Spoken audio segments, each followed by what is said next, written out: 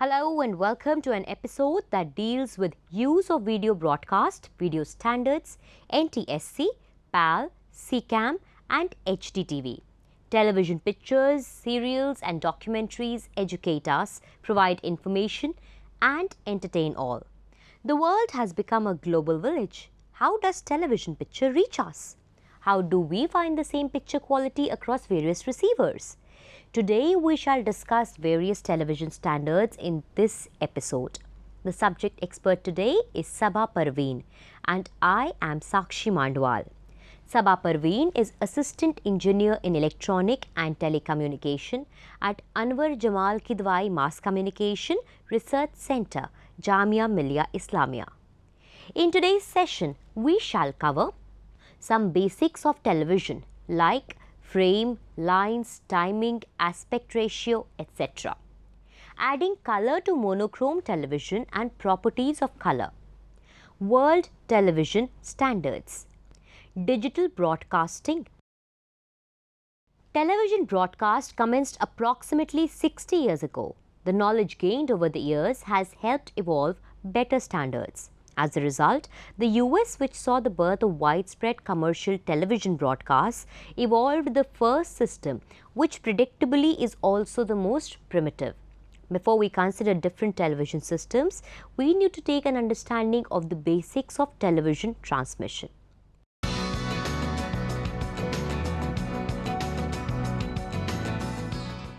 Frame.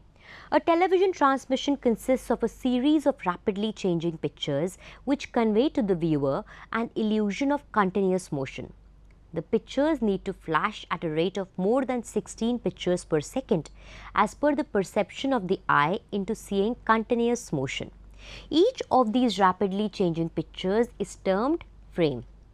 Typically, a television transmission consists of either 25 or 30 frames per second. This is shown in the figure.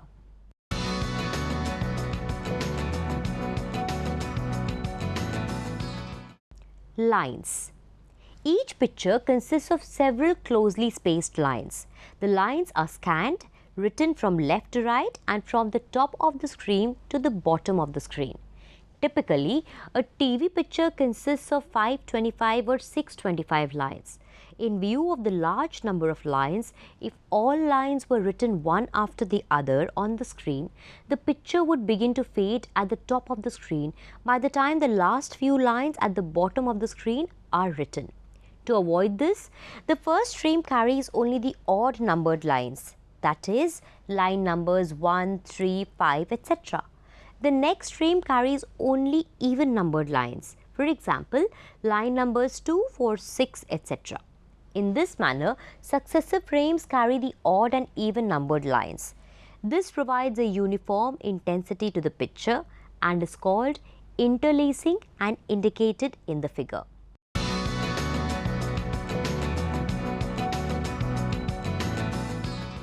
Timing. TV receivers require a source to time the rapid succession of frames on the screen. Designers decided to use the main power supply frequency as source for two reasons. The first was that with the older type of power supply, non-SMPS, you would get rolling hum bars on the TV picture if the main supply and power source were not at exactly the same frequency. The second was that the TV studio lights, or for that matter, all fluorescent non-incandescent lights flicker at the mains frequency. Since the flicker is much higher than 16 times per second, the eye does not detect it. However, this flicker could evolve into an extremely pronounced low-frequency flicker on TV screens due to a beat frequency generated between the light flicker and the mains frequency. This would have made programs difficult to view, particularly in the early days of development of TV receivers.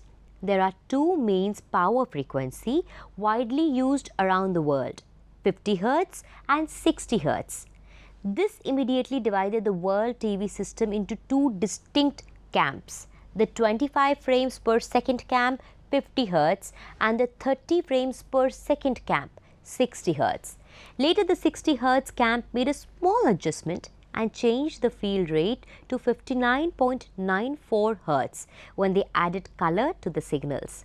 The issue of field frequency remained sufficiently deep-rooted in both TV standards that the vested interest remained long after the original technical justification had gone.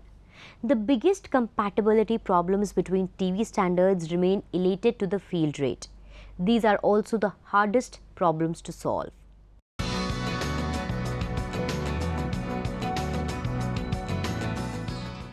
Aspect ratios. The aspect ratio is the proportion between the width and the height of a picture. It is often expressed in the W:H format, where W is the width and H the height. For example, a 16:9 aspect ratio means that for a width of 16 units, the height must be 9 units. Although the number of scanning lines may have varied, until recently all television systems had a 4:3 aspect ratio. Use of video broadcast video standards. Aspect ratio. Uses TVs 4:3, 1.33:1. Standard channels, old TVs. 16:9, 1.77:1. HD channels, the majority of HD TVs. 21:9, 2.35:1. Most movies, very few TVs. The most common aspect ratios in the video industry. In the picture here, the wider area just inside the blue borders represents the 16:9 ratio used in HD TV. Compared to the 4:3 ratio, this aspect ratio is closer to the wider perspective of normal human vision.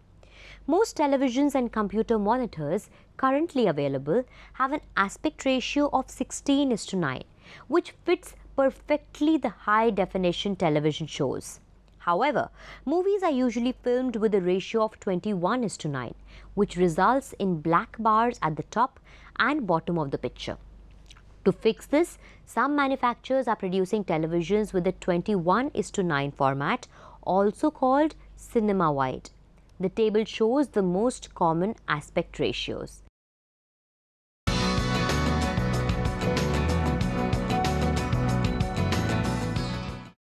Adding color to a monochrome system. Modern color television has resulted from the addition of suitable techniques to existing monochrome systems. The transmission, reception and processing of black and white signals require 3 separate items of information: the video information and the synchronizing information for 2-dimensional scanning. Color required 3 further types of information. It is necessary to determine luminance, hue and saturation of any color. Fortunately, monochrome systems are luminance only systems and they can supply the luminance information. This leaves 2 extra items of information to be transmitted and received, which when suitably processed can determine the hue and saturation encountered during scanning. Apart from the obvious difficulties, some severe constraints exist on the addition of color information. It must not require extra channel space. There must be no interference between the existing luminance information and the added information. It must be totally compatible.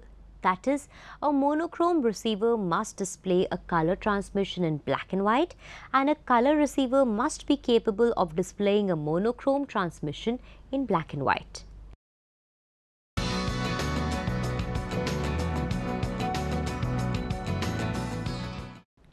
The properties of color. Each picture element in a color has 3 basic properties. In objective terms, they are luminance, hue and saturations. The corresponding perceptual terms are brightness, color, purity. The term luminance has approximately the same meaning in color television as in monochrome. Like a monochrome system, a color television system must have the capability of transmitting the luminance of each picture element. But in addition, it must transmit and reproduce each element's hue and color purity or saturation.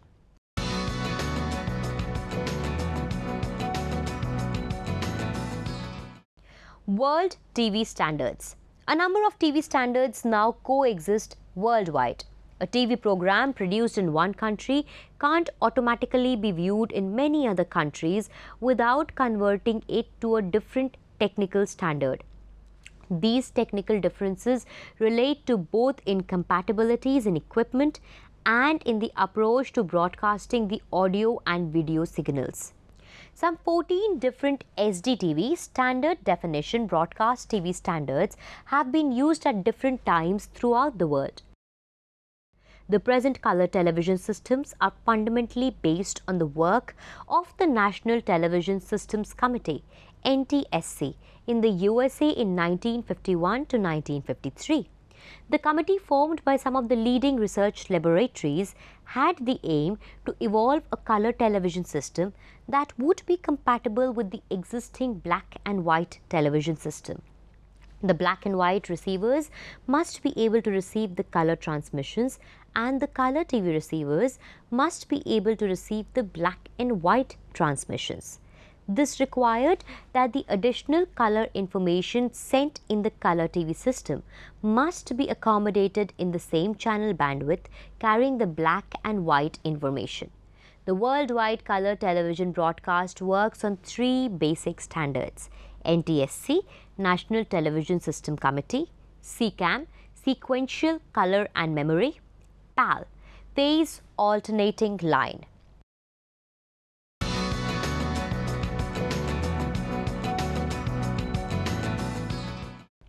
National Television Standards Committee (NTSC).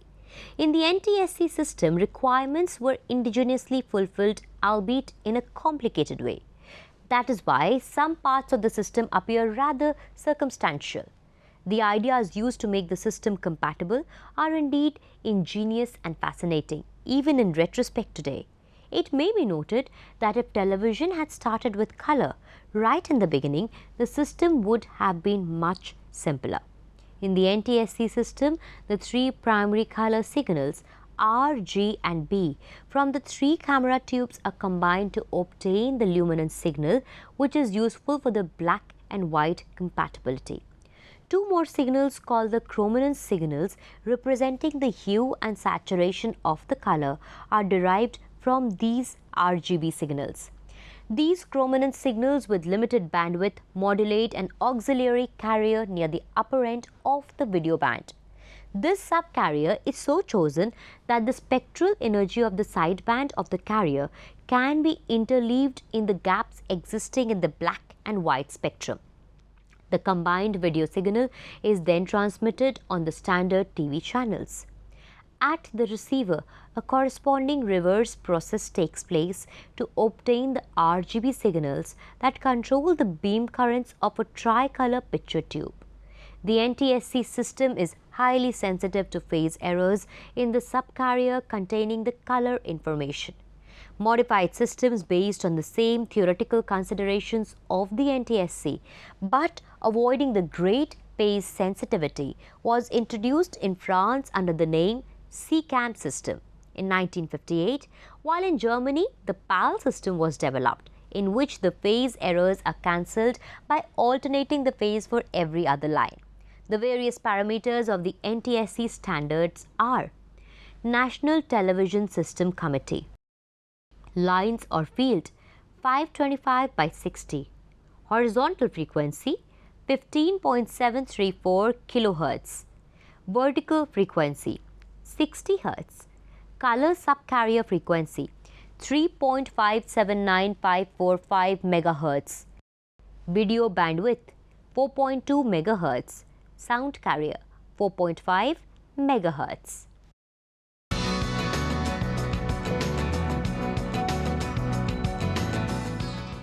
The PAL standard. To overcome the limitations and shortcomings of NTSC standard, PAL standard was developed. This system of phase alternation by line, PAL, put forward by Professor W. Bruch of Telefunken in West Germany in 1959, is very similar to the NTSC, except that the color subcarrier phase is reversed on every other line and simple color difference signals RY and BY, called V and U signals, are used. These modifications make the system less sensitive to subcarrier phase errors. Phase errors in a system can arise at a number of places in the studio chain and the transmission path. Since colors are represented by the phase rotations of individual frequencies of the color signal spectrum relative to the phase of the subcarrier transmitted in the form of the burst, cause color shifts in the reproduced signals. In the NTSC receiver, a phase correction adjustment may have to be provided to remove the color shift. In the PAL system, the U and V signals are transmitted as simultaneous pairs of chrominance components in the form of amplitude modulated sidebands of a pair of suppressed subcarriers in quadrature as in the NTSC system. The phase of the V signals is, however, reversed on alternating line. This causes alternating phase error reversal in the color subcarrier vector, tending to cancel out the effect of color shifts on the human eye. The various parameters of the PAL standard are as phase alternating line, system PAL, PAL-N, PAL-M. Line or field 625 by 50, 625 by 50, 525 by 60. Horizontal frequency 15.625 kHz, 15.625 kHz, 15.750 kHz. Vertical frequency 50 Hz, 50 Hz, 60 Hz. Color subcarrier 4.433618 MHz, 3.582056 MHz, 3.575611 MHz. Video bandwidth 5.0 MHz, 4.2 MHz, 4.2 MHz. Sound carrier 5.5 MHz, 4.5 MHz, 4.5 MHz.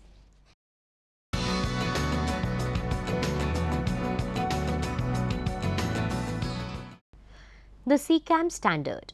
The phase of the subcarrier in the NTSC system carries the hue information, and any error in the phase of the subcarrier in the transmission process introduces serious errors in color reproduction.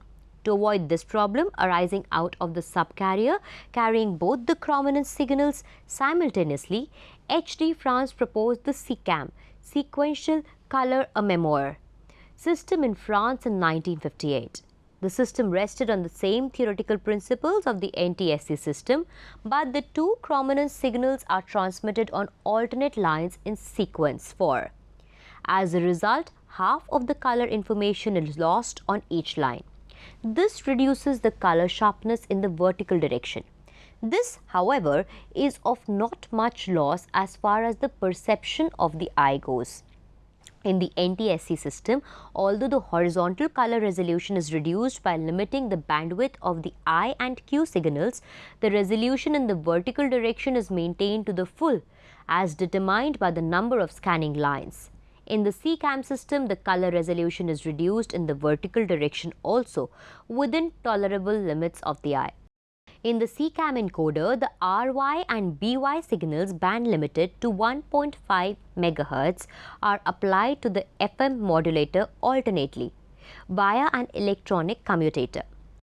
The various parameters of the CCAM standard are sequential color avec memoire or sequential color with memory, system CCAM BGH, CCAM DKK1L, line or field 625 by 50, 625 by 50.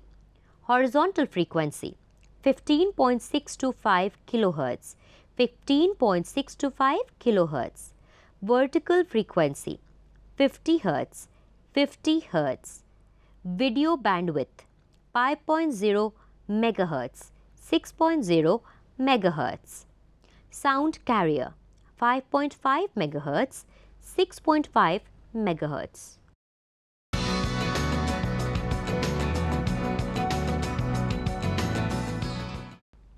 Digital broadcasting. The world moves to DTV.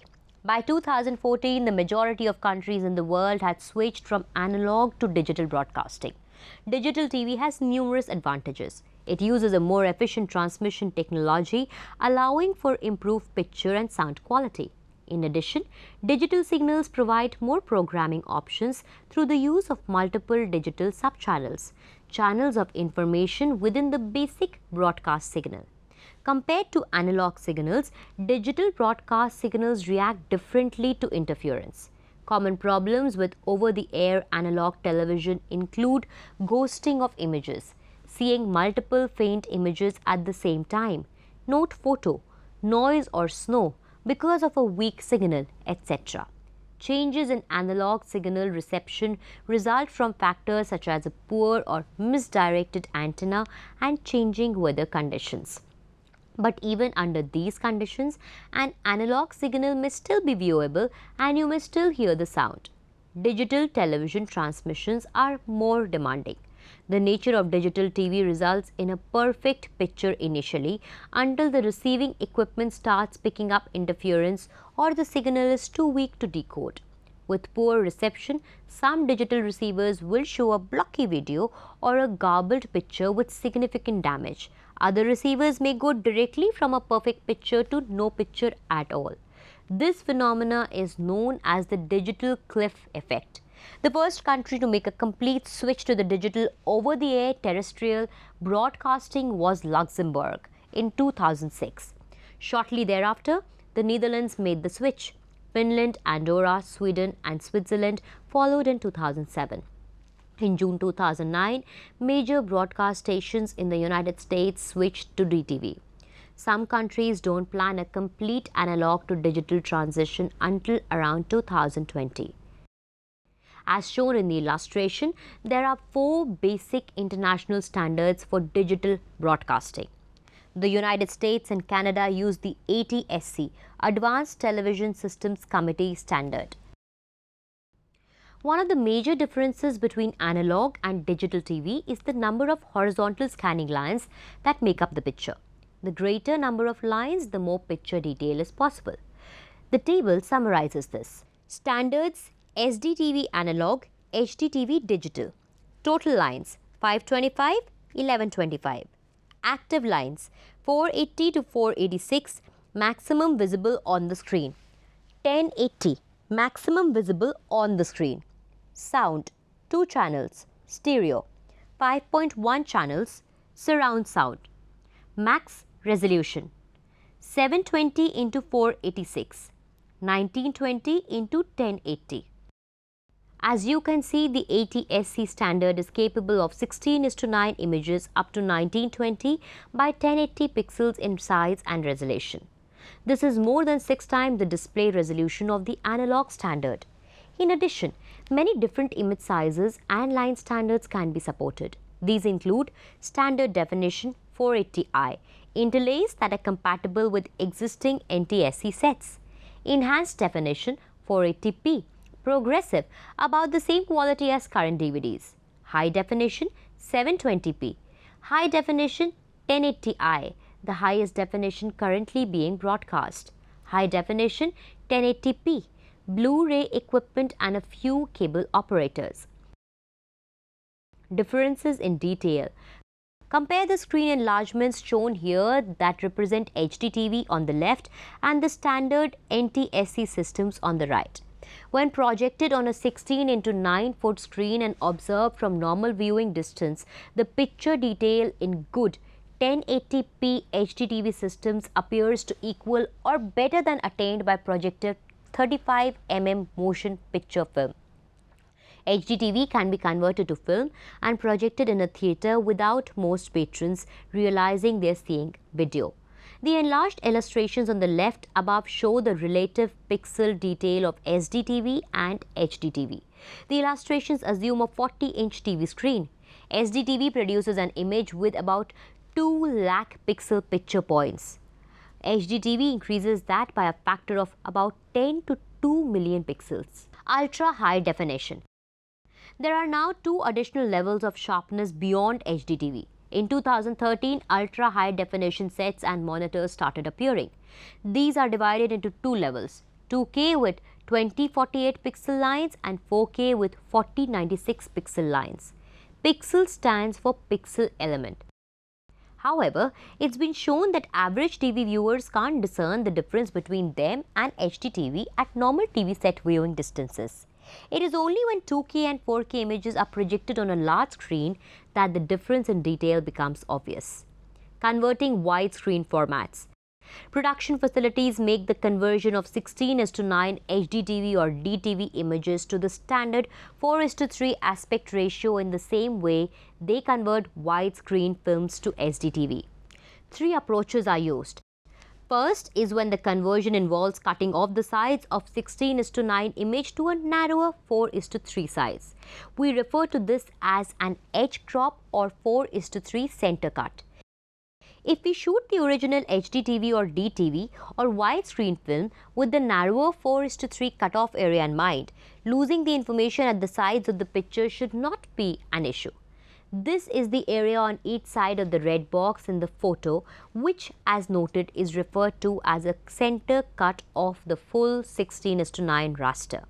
We refer to the procedure of keeping essential subject matter out of the cutoff areas as shoot and protect. Second, the entire production can go through a process called pan and scan. In this case, a technician reviews every scene and programs a computer-controlled imaging device to electronically pan the 4:3 window back and forth over the larger wide-screen format. The red arrows in this illustration suggest this panning movement. In the above picture, cutting off the sides would not be an issue. But what if you had the two parrots talking to each other from the far sides of the screen? Finally, if the full HDTV or DTV frame contains important visual information, as in the case of written material extending to the edges of the screen, panning and scanning will not work. In this case, a letterbox approach can be used as shown here. But you can see the problem. The result is blank areas at the top and bottom of the frame.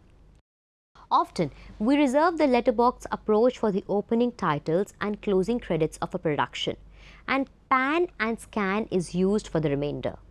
There is another way of handling the 16:9 to 4:3 aspect ratio difference, especially for titles and credits. You've probably seen the opening or closing of a film on a television horizontally squeezed in. We refer to this optical technique as anamorphic conversion. The effect is especially noticeable when people are part of the scene, people who, as a result, suddenly become rather thin. Compare the two images above. Note how the bird in the squeezed 4:3 ratio on the right seems to be thinner than the bird on the left. Another way of visualizing the major SDTV to HDTV and HDTV to SDTV conversion approach is illustrated here.